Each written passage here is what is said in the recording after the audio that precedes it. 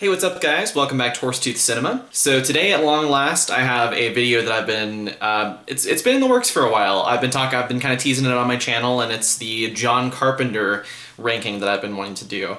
I finished up his last couple films that I haven't seen about a month ago, and since then I've been planning it, but I just haven't gotten around to it yet, but today's the day. John Carpenter is one of my favorite directors of all time, and his films really mean a lot to me. There's a lot of common themes I'll be talking about throughout a lot of his films.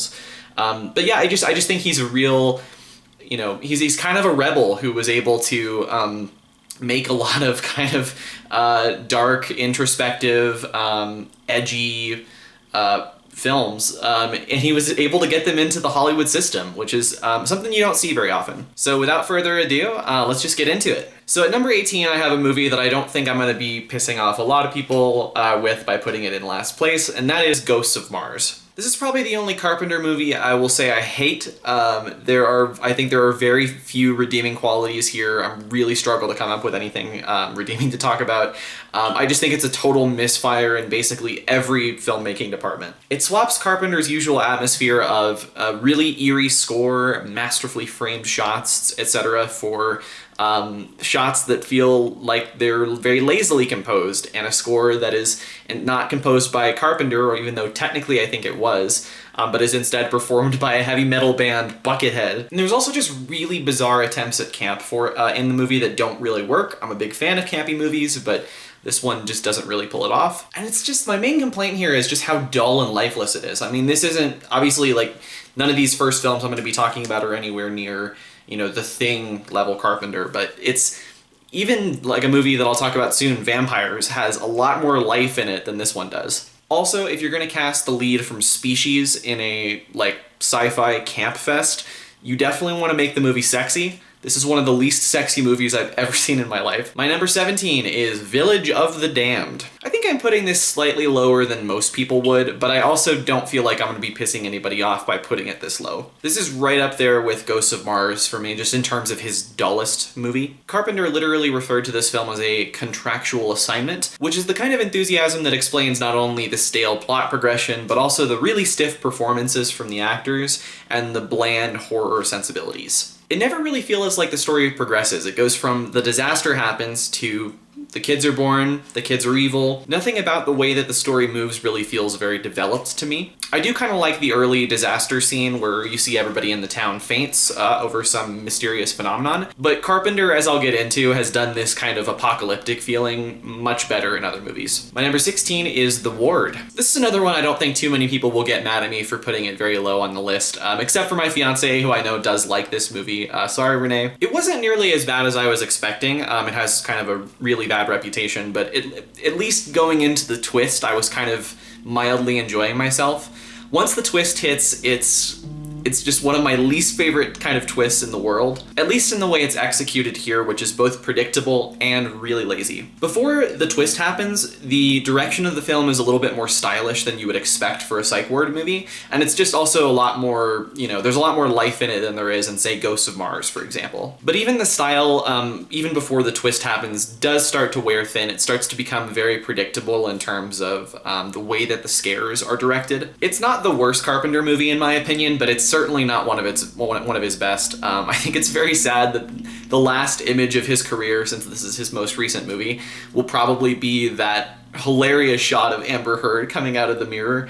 Very, very sad way to end one of the best careers in the history of Hollywood. My number 15 is Memoirs of an Invisible Man. So if you watch Red Letter Media's John Carpenter rank video that they put out a couple years ago, it's really good, I really recommend it, but they mentioned this one as being the least John Carpenter movie of all John Carpenter movies, and that is definitely a takeaway that you get when you finally watch this. Carpenter famously didn't get along with either of the lead actors, either Chevy Chase or Daryl Hannah, and so you really do feel like this is kind of a mix of different visions. It definitely succeeded in getting a few chuckles out of me, as it's a comedy. When Chevy Chase takes off the robe, that's really funny, and that one definitely got me for sure. But other than that, it's pretty dull. For all of the ways in which this kind of fleshes out the sci-fi logistics of being an invisible man, all the stuff that they do when he digests food and you still kind of see it a little bit, it's it still feels like it could have been explored, especially in more comedic ways. I watch early Chevy Chase movies like Fletch, and in movies like that, he really is able to take something so little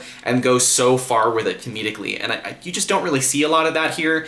And I also think that John Carpenter could have leaned into his Hitchcock sensibilities a little bit more. I thought about how the voyeurism aspects of this film could have lent itself to being a good vehicle for Brian De Palma, for example.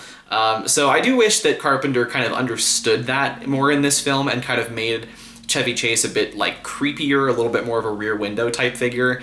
But we don't really see it. It's not Carpenter's worst movie by any stretch, but I can understand why it's his least favorite film that he's made, just because, again, it really does feel like it's torn between the visions of different people. My number 14 is Carpenter's debut feature, Dark Star. There's some director out there, I don't remember who it was, who put this movie on their 2022 Sight and Sound list as one of the 10 best movies ever made, and all I have to say is, have you seen any other John Carpenter movie? In fairness, it's nowhere near his worst, and I do definitely see the appeal in it. It's a really pulpy, kind of Western-inspired sci-fi adventure, and it definitely has a really intriguing premise. But you can definitely tell when watching it that the film was not really intended to be a feature, and that they took this good idea and they stretched the runtime, they added a bunch of new padding to it that made it feature-length. It really shows in the middle of the film. The film gets very stale at that section. The ending's pretty cool, I'll say that, but other than watching it for it being John Carpenter's first feature, you're not going to get a whole lot out of this, I would say. My number 13 is Vampires. James Woods, man. Jesus Christ. This might be too high on the list for some people and then too low for others. For me, it's a movie I definitely enjoy, but I also think is kind of dull in sections. I love the opening scene where they set up how this gang operates and how they're able to catch vampires for their career. It feels like it's the closest Carpenter ever came to doing a Western as well, which is interesting because that's what he wanted to do with his career. Directors like Howard Hawks first got him into filmmaking. After that, though, especially when we get to the villains of the movie and the dynamic between like Cheryl Lee's character and Daniel Baldwin's character, the film really gets dull for me. Especially when I'm thinking about vampire movies that I really like Near Dark, which is also a vampire western in a lot of ways. When I compare the villains in a movie like that to a movie like Vampires, the ones in Vampires are just really lame. They don't really have any motivations. But I do like this movie overall, and it's mainly due to James Woods just being so goddamn entertaining with his performance. I mean, he just has so many ridiculous one-liners that he definitely improv'd on set. And I really like that Carpenter kind of envisions James Woods in this film as kind of a Clint Eastwood character badass, where as he's honestly just way more of a goofball, and I think that dynamic of the disagreement between the actor and the filmmaker is just really entertaining to watch. Number 12 is Escape from LA. Now, it might be somewhat blasphemous putting it this high. I know a lot of hardcore Carpenter fans would probably have this at or near the bottom of their list. I kind of like it, if I'm being honest. And again, I get it. Like, there's really, really awful special effects in it. I mean, everybody talks about the surfing scene. I kind of get a kick out of it, but it is really, really bad looking. The tone is completely, unbalanced between serious and goofy. It's really, really dull in sections. Despite the fact that the movie is goofy, they also waste comedic performances from very gifted comedic actors like Pam Grier and Bruce Campbell. But I do think a lot of this movie does work way better than most people give it credit for. I think Carpenter does a really good job expanding on his cynical satire from Escape from New York. And a lot of the camp does work for me. I really like the basketball scene, and there's just lots of really goofy touches to it that are bad, but they surprisingly work for me. But best of all, Kurt Russell is still just as cool and as Snake Plissken as he was in Escape from New York. And I think the ending of this film and how kind of Snake Plissken he is in that scene, that final scene, I think the ending of this film is better than the ending of Escape from New York, if I'm being totally honest. I really, really like it. I do think I could even see myself upgrading this to like a 4-star movie on a rewatch, just because there is quite a bit of enjoyment I get out of watching it, and I think even as a piece of even as a piece to be taken seriously, it does work better than most people give it credit for. My number 11 is In the Mouth of Madness. This is another one kind of like Escape from LA that I think I could see myself rating higher on the list on a rewatch. It's part of his Apocalypse trilogy, where the other movies in the trilogy are either 5-star movies or borderline 5-star movies. And this one just felt like a tier lower for me, but I can definitely see why a lot of people latch onto this as an underrated Lovecraftian gem. But honestly, I think, you know, in my head, I'm honestly, when I'm watching the film, I do compare it a lot to Prince of Darkness, the you know, the middle entry in the Apocalypse trilogy, which I'll definitely talk about later. I think Prince of Darkness has something that In the Mouth of Madness really doesn't, and that's a strong horror atmosphere. Surprisingly, I was kind of underwhelmed by the score in this film, even though Carpenter did do the score. It doesn't really behave to me like a normal Carpenter score.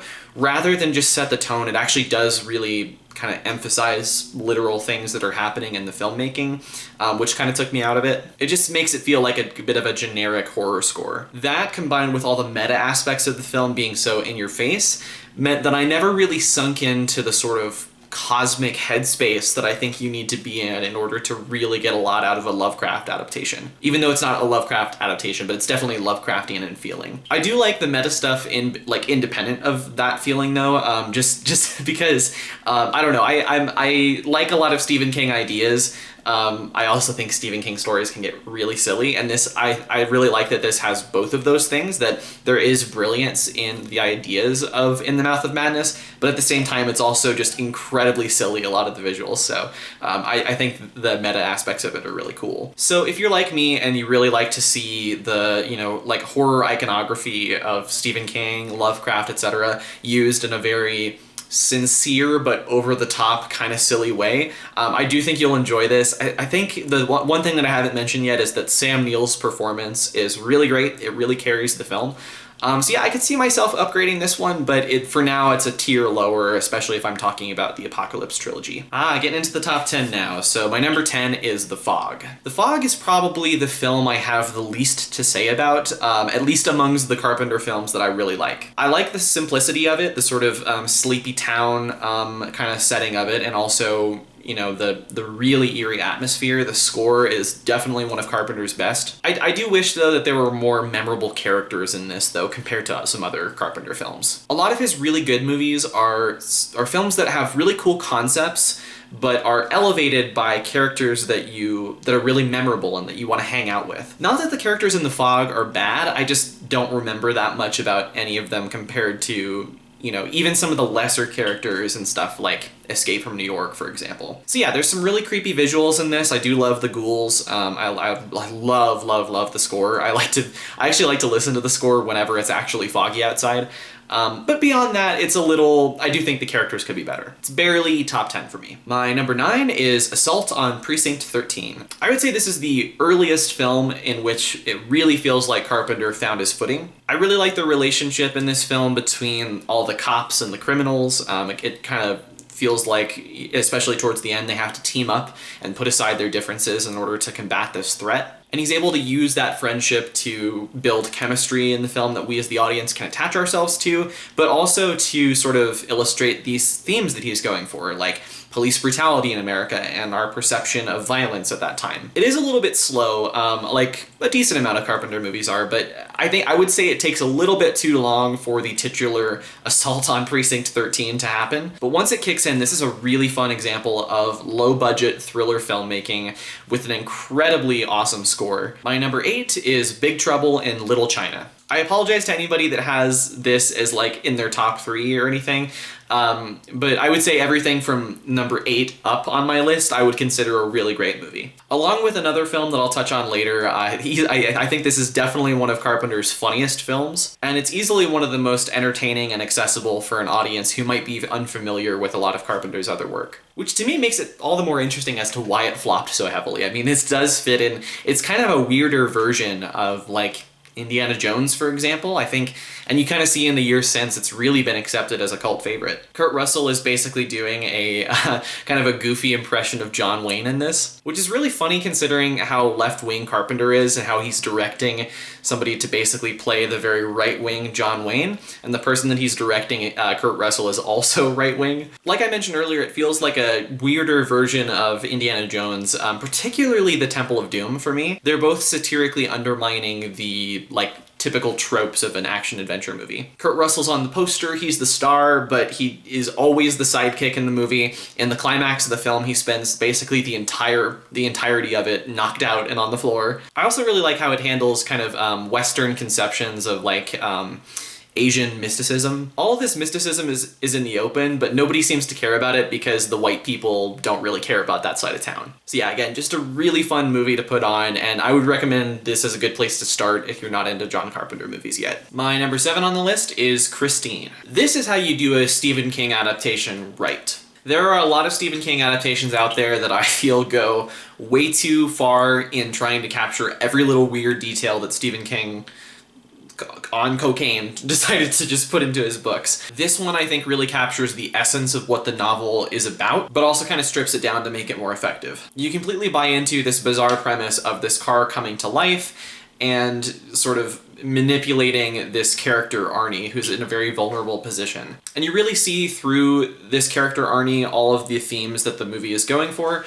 I mean, you know, like the hardships of small town America where he's bullied by these kind of greaser characters, and how, of course, he finds solace in this character of Christine, who is, you know, definitely his gateway into being cool and kind of not feeling so alone. But at the same time, it's a very manipulative, abusive relationship. And I also just really love how this abuse comes through the symbol of a car, this shiny symbol of classic Americana. So he's kind of like looking at, you know, shiny surfaces of America, but sort of the dark themes that are underneath. And I also really like, again, that it's stripped down. You never feel like the film never feels like it has to explain Christine's origins or why she is the way she is. And the more you sort of see her interactions with other characters, the more her motivations come to life. You never get the feeling that you're being lectured to by a schmaltzy coke addict like you do when you watch other Stephen King adaptations. So in that sense, I really like how stripped down it is. It's just really effective.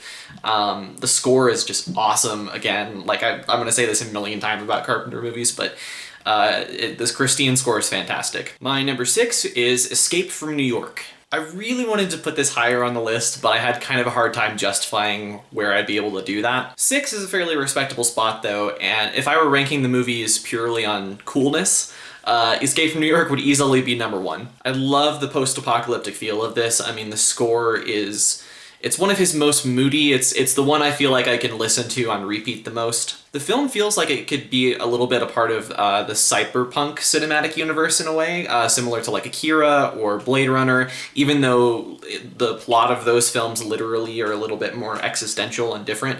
It still feels like it could fit in. Like another movie I'm going to talk about soon, this is kind of an American satire that has a very cynical view of the US government and American society as a whole. The tagline of the movie is literally, "New York is a disease, meet the cure," the cure being Snake Plissken. And it's just, Kurt Russell has never been as cool as he is as Snake Plissken in Escape from New York. The weakest part of the movie for sure is that it's kind of marketed as an action movie. Even now with the cult status that it has, people look at it as an action movie. The action is one of the weaker aspects of the film. There's not like a great set piece in it per se, but I don't really mind it so much. I look at this film as kind of a post-apocalyptic hangout movie. And again, like Kurt Russell is great, but also Adrienne Barbeau and Ernest Borgnine. There's all these kind of great like hangout movie characters that you just want to spend time with here. So yeah, this movie has a lot to offer. It is a little bit, again, you have to get over that hurdle that it's not going to be the best action movie you've ever seen, but if you can get past that hurdle, this is a really fun vibe. My number 5 is Starman. This is easily one of his most underrated as well. I think along with Big Trouble in Little China, I think this is one of his funniest movies for sure. In a lot of ways, Starman is basically a response to E.T. So back when Carpenter made The Thing, it was a huge flop because it was the same summer that E.T. came out, and people didn't want this like very nihilistic, dark alien movie. They wanted something more positive. And so this was kind of John Carpenter making a movie that is more, uplifting in a way, but also it doesn't feel like he's fully trying to emulate Spielberg. It still really feels like it has his authorial stamp on it. The main thing that I think differentiates this from something like E.T. is that the sentiment in it isn't always dialed up to 11. So that when the sentiment hits at certain points in the film, especially the ending, it really is powerful. Jeff Bridges and Karen Allen have some of the best romantic chemistry I've seen in a movie since maybe I saw like Before Sunrise. I mean, it really is like an all-time romance for me, which is interesting because their characters aren't really in love so much as they are trying to come to a mutual understanding of one another. And their goodbye really does have the perfect amount of sentiment without it feeling like really schmaltzy or like it's kind of over, without feeling like you're drowning in sentiment. It feels very old Hollywood as opposed to, something you might see in like the 70s or 80s. And again, like I was kind of alluding to, it's just such a funny movie. Like I just love all the details of Jeff Bridges as this alien not understanding little things about about humans and about Earth. Of course, the traffic light thing is really funny, but just his inability to understand certain norms and values of humans I find really amusing. The only flaw for me the first time I saw it was just that the romantic chemistry and just the conversations between Karen Allen and Jeff Bridges are so good that anytime it cuts to the government subplot, with essentially the plot of the movie of them being chased by the government when they're trying to get Starman home, when they cut to that subplot, it does take you out of it because the other stuff is so strong, but it doesn't ruin the movie at all. So yeah, Starman, an incredibly underrated movie. And my number 4 is also, I think, maybe Carpenter's most underrated movie, which is Prince of Darkness. Honestly, I really could see this being my number 1 one day when I'm able to rewatch this a few more times. I think it's easily his most experimental in style. Rather than the horror films that Carpenter was known for, even after making something like The Thing, which to me it does feel experimental at times as well. This one feels a lot more like it's owing to, films of Lucio Fulci, like Italian surrealist horror films. There's also a lot of abstract Lynchian horror or, ideas from Lovecraftian movies like From Beyond from Stuart Gordon or something. The horror in the way it's filmed also has kind of an understated quality, kind of in the vein of maybe Kiyoshi Kurosawa's films or maybe something like The Exorcist 3 even. And I mean understated in the sense of you're still seeing really scary things, but the filmmaking isn't necessarily emphasizing it. It's just the scary things are there, and that's scary enough. I mentioned earlier when I talked about In the Mouth of Madness that this is part of his Apocalypse trilogy, and I think this really feels apocalyptic. It feels like the world is coming to an end when you watch this. And I think the biggest reason is probably the score. I would say this is my number 1 Carpenter score. I think it's a masterpiece and a half of just setting that apocalyptic mood. I actually got to watch this movie in the theater fairly recently, and one of the things that was interesting about watching it with a crowd was that a lot of times, even when they're showing scary things that I wouldn't be laughing at, the audience was actually laughing a fair amount, which I can understand. Again, it's kind of that Lucio Fulci thing of just kind of ridiculous images that are really freaky. But there's a moment in kind of 2/3 of the way through the movie. It's when that Pray for Death scene starts that all of that, amusement gets sucked out of the audience and they're pulled into this a feeling of apocalyptic dread. And to me, that also kickstarts a lot of the best character stuff in the movie. I mean, this conflict between these scientific rationalists and people who have and this priest who spent his entire life kind of wrestling with his own faith, and now he's really wrestling with it in the face of such a apocalyptic catastrophe. But it's interesting that just as much as he's wrestling with the unknown, so are the scientists, because their explanation of what's going on doesn't make any sense either. Yeah, so in that sense, I think it's a great kind of Lovecraftian apocalypse movie.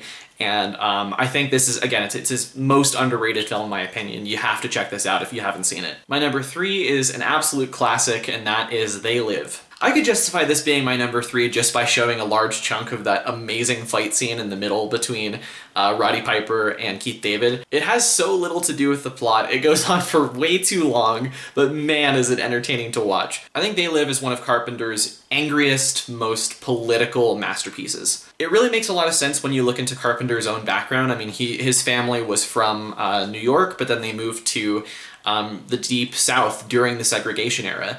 And, this kind of liberal idealist family, gets to see all of the darkness in the American underbelly, you really understand why Carpenter feels so much like an outsider in his movies. And you can see it in They Live, because this is a film about insiders exploiting the outsiders. It also heavily ties into the Reagan era, of course, and the sort of trickle-down economics possessing an entire country.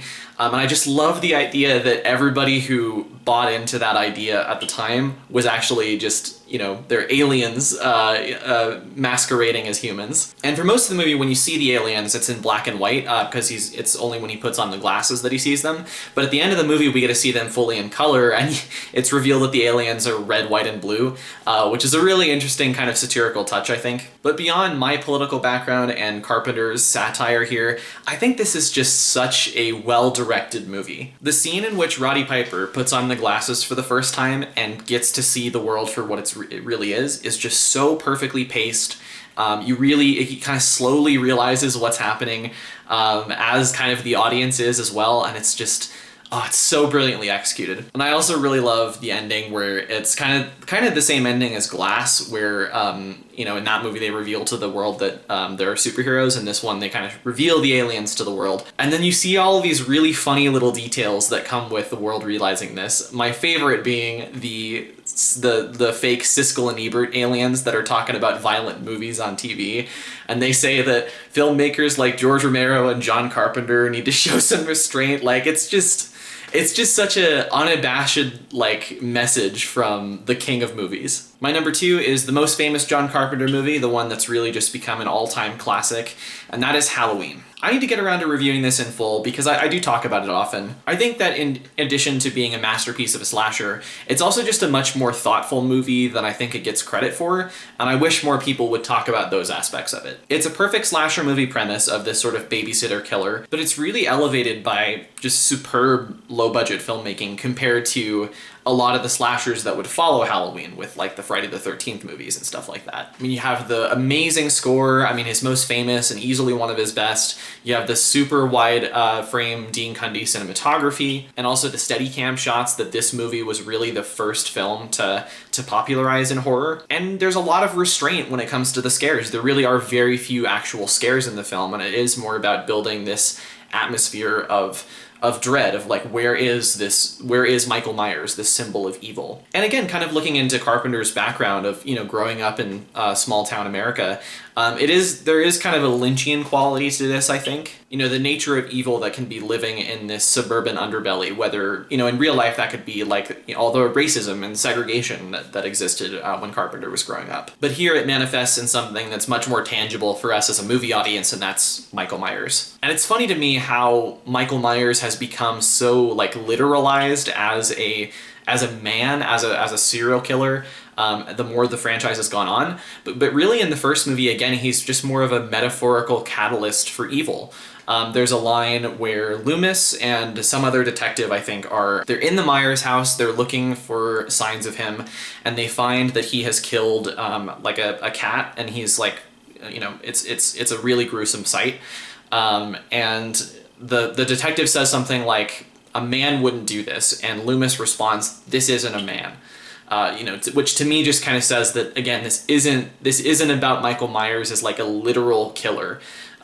He is a catalyst for all of the evil that exists in this town, which is just a brilliant thing to sort of manifest in a slasher movie like this. It really gets at the sort of almost cosmic, otherworldly quality of Michael Myers that none of the other sequels, save for maybe Season of the Witch, which doesn't even have Michael Myers in it, do. And number 1, my favorite John Carpenter movie, and I could see this maybe changing over time, but I don't know, it's just such a classic, it's so perfect. The Thing. There's not much I can say about this that I haven't already said. I've reviewed the movie in full on my channel, so definitely check that out. But I think this is a masterpiece. It's basically perfect. It's one of the greatest horror movies ever made, and it's the pinnacle of cosmic horror. For Carpenter's career, this stands out as a particularly cohesive film from a story point of view, even compared to some of the other ones I mentioned. And I also think he was just given, a big enough budget and a talented enough crew to pull off a story like this that really captures the tangibility of this alien and also the loneliness of these characters. There's so many details that Carpenter uses to sort of give the audience anxiety that we are not the only people in this, we're not the only beings in this universe, and we're probably not the most advanced either. The creature effects, I mean, I've talked about them, you know, to death, but also I think it's underrated to talk about the scene in which the computer just carefully, in a very calculated way, explains how screwed we are as a species. And it's also just an incredibly beautiful movie. I believe this one also, like Halloween, was shot by Cundy. And I just love the scenes where they take out the flares and you can see the sort of purple light kind of contrast against the blue and white hues of the snow. And it's just brilliantly directed. I mean, there's so many shots that really obscure a lot of the information that we're supposed to care about, which kind of coincides with the theme of this movie just being about paranoia, a fear of the unknown.